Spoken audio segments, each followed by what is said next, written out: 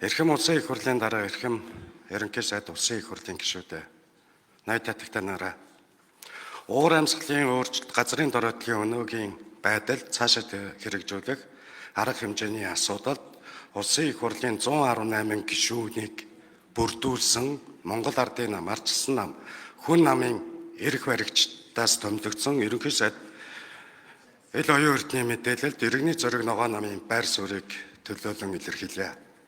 Байгаль орчны дороотол, уур амьсгалын өөрчлөлт нь аж үйл дүржилт, төв хийд, байгалийн баялагын зохисгүй ашиглалт, үлэмж нэмэгдсэн хэрэглээ, технологи зэрэг хүний буруутай үйл ажиллагааны улмаас үүсэж байгаа. Тодорхойлбол хүний буруутай үйл ажиллагааны улмаас үлэмжийн буюу нүүр сөжлийн хийн ялгаруулалт нэмэгдснээр температурын өсөлт 2030 он гэхэд 0.7-оос 1.4 хэмээр 2080 он гэхэд 1.2-оос 6.5 хэмээр нэмэгдэх тооцоо гарчээ.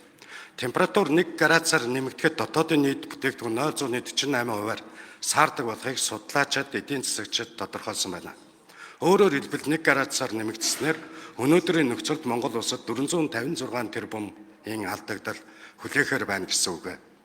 Байгалийн гамшиг, уур амьсгалын өөрчлөлтийн үр дагавар хөгжиж буй орнуудын хүн ам, тэр дундаа нийгмийн ядуу давхаргад илүү нөлөөлдөг.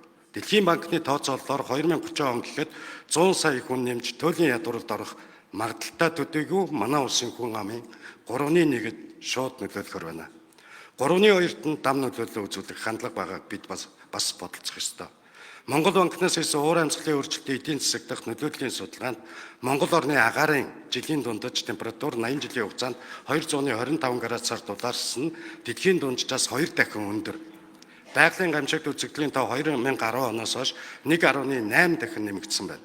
Монгол орны хувьд байгалийн гамшигт үзэгдлийн тоо орьс нэмэгдэж, температур хурдцтай нэмэгдэж байгаа нь ургацын гарцыг бууруулж, бэлчээрийн дороотол, цөлжилтийг нэмэгдүүлснээр хөдөө аж ахуйн гарцыг бууруулах эрсдэл өндөр байна.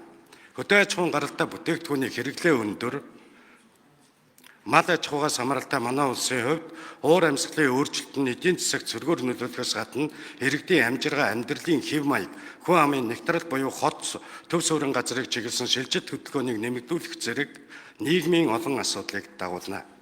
Түүнчлэн иргэдийн эрүүл мэнд, эрүүл аюулгүй орчинд амьдрах боломж, амьдралын чанарт сөргөөр нөлөөлөхөөс гадна мод ургамлын төрөл зүйл, ургалт, насжилт, бичил биднээс эхлээд зэрлэг амьтдын тоо толгой, төрөл зүйл, бэлчээрлэлт гээд биологийн олон янз байдалд үлэмж өөрчлөлтийг авч ирнэ. Иргэний зориг ногоо намын үзэл санаа, үйл ажиллагааны үндсэн зарчмын нэг бол байгаль экологийн тэнцвэртэй байдал, экологийн чиг баримжаатай, нийгмийн даацтай, эдийн засгийн хүртээмжтэй, ногоо хөгжлийг тууштай дэмжиж түүчилэн манлайлах явдал билээ. Уур амьсгалын өөрчлөлт бол дэлхийн нийт бүс нутгийг хамарсан олон улсын глобал асуудал боловч бид уур амьсгалын өөрчлөлтийг сааруулах, дасан зохицох бүхий л боломжийг хувь хүнээс эхлээд хувийн хвшлийн аж ахуй нэгж байгууллага, иргэний нийгмийн байгууллага, хэвлэл мэдээллийн байгууллага, бодлого боловсруулагчид, төрийн байгууллага, олон улсын байгууллагуудыг бүс нутгийн болон бусад улс орнуудын хамтын оролцоог дэмжин ажиллах зарчмаар шийдэх зүйтэй. Нэг талаас байгаль орчны дороотол, уур амьсгалын өөрчлөлтөд хүргэж буй хүний буруутай үйл ажиллагааг бууруулах, таслан зогсоох. Нөгөө талаас уур амьсгалын өөрчлөлт, байгаль экологийн дороотол, байгалийн гамшигын эрсдэлд өртөж болсгүй субъектүүдийн хамгаалах үүсэж болзошгүй хохирлыг бууруулах шаардлагатай байна.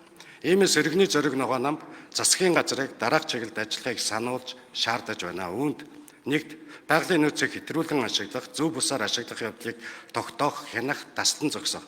Хоёрт хувь хүмүүсийн хүрээлэн буй орчныг бохирдуулах, дороотуулах явдлыг бууруулах, иргэдийн экологийн боловсролыг тэдний нас, сэтгэл зүйн онцлог тохируулан дээшлүүлэх, сургалт нөлөөлийн ажлыг бүх арга замаар зохион байгуулах, зохион байгуулалтыг дэмжих, мөн байгаль экологи уур амьсгалд эерэг нөлөөтэй авч хэрэгжүүлэх үйл ажиллагаа боломжийг тодорхойлон дэмжих шаардлагатай. Гуравт хуванцрын хэрэглээг бууруулах, ингэхдээ нэг удаагийн хуванцрын импортын татварыг нэмэгдүүлэх, зарим хэрэглээг хязгаарлах, хуванцрыг орлуулах хувилбар, цаасан хэрэглээг дэмжих зэргээр нэг удаагийн хуванцрын хэрэглээг бууруулах хуулийн төслийг санаачлан батлуулах шаардлагатай. Дөрөвт олон жилийн дунджаар байгалийн гамшиг тохиолддог бүс нутгуудын игээд гамшиг төрдөг магадлал бүхий айл өрх, иргэд мал эд хөрөнгийн зэргийг наривчилсан судалгаа гаргах, тэдгээр эрсдэл болон учирч болох хохирлыг бууруулах үйл ажиллагааг орон нутгийн засаг захиргааны байгууллага, онцгой байдал, цагдаагийн албатай хамтран хэрэгжүүлэх, түүнийг дэмжих, мөн тухайн эрсдэл бүхий бүс нутагт амьдарч буй иргэд аж ахуй нэгжүүдэд гамшигын эрсдлийн бэлэн байдлын талаар болон гамшигын эрсдлээс хамгаалуулах, хохирол багтаа даван туулах боломжит хувилбарыг хэрэгжүүлэхийг дэмжих. 5.